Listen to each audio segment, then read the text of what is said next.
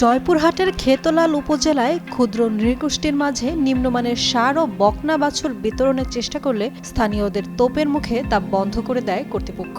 সরকার নির্ধারিত tender schedule অনুযায়ী গরুগুলো না দিয়ে গরিবের হক মেরে করা হচ্ছে বিপুল বাণিজ্য। গরু তো এরকম দেওয়ার কথা আসলে সেরকম তো গরু হয়নি। তো গরু হলো ছোটো হয়ে গেছে, 30 কেজি মানে এরকম হবে, সেই তো প্রশ্ন, তো গরু হয়নি। তো থেকে 60,000 টাকা মূল্যের বিদেশি গরু বকনা গরু দেওয়া ছিল কথা, কিন্তু সেখানে আমরা দেখতেছি দেশি গরু। এর মূল্য কত দিয়ে কিনছে সেটা তো আমি জানি না।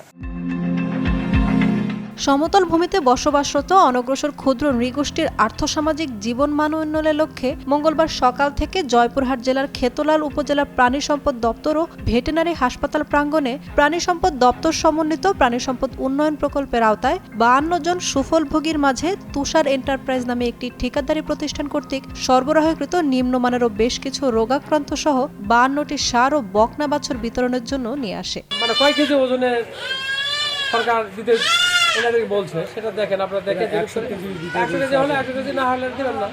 প্রত্যাশা সরকার যেটা ম্যানুয়াল আছে সেটাই আমাদের দিবে। সরকারের যেটা আমাদের অসহায়দের পরিবারে যেটা দিছে সেটাই আপনারা তুলে ধরবেন সরকারের কাছে, যে তারা প্রাপ্যটাই পায়।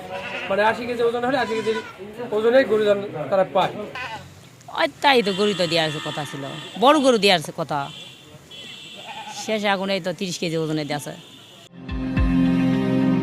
অপরদিকে টেন্ডার শিডিউল অনুযায়ী গরুর বয়স 1.5 বছর এবং ওজন 80 কেজি থাকতে হবে, কিন্তু সরবরাহকৃত গরুর বয়স 1 বছরেরও কম, ওজন মাত্র 45 থেকে 65 কেজিরও নিচে এবং নিম্নমানের হওয়ায় বিষয়টি আংশিক স্বীকার করেন উপজেলার প্রাণী সম্পদ কর্মকর্তা। আমাদের যে গরুগুলো সাপ্লাই দিছিল দেখা গেছে ওজন নিয়ে দেখা গেছে যে এগুলো ম্যাক্সিমামই আন্ডারওয়েট, সেই জন্য যে ডিসি স্যারের সিদ্ধান্ত যে এগুলো ফেরত পাঠানো হবে, পরবর্তীতে ওরা শিডিউল অনুযায়ী গরু দিলে পরবর্তীতে আমরা বিতরণ করব।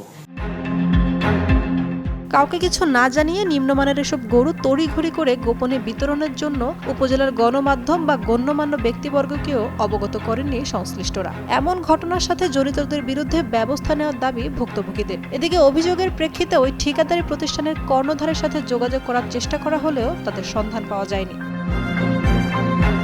এম রাসেল আহমেদের পাঠানো তথ্যচিত্রের ডেস্ক রিপোর্ট। উর্মি আক্তার সোমা, কালের কণ্ঠ।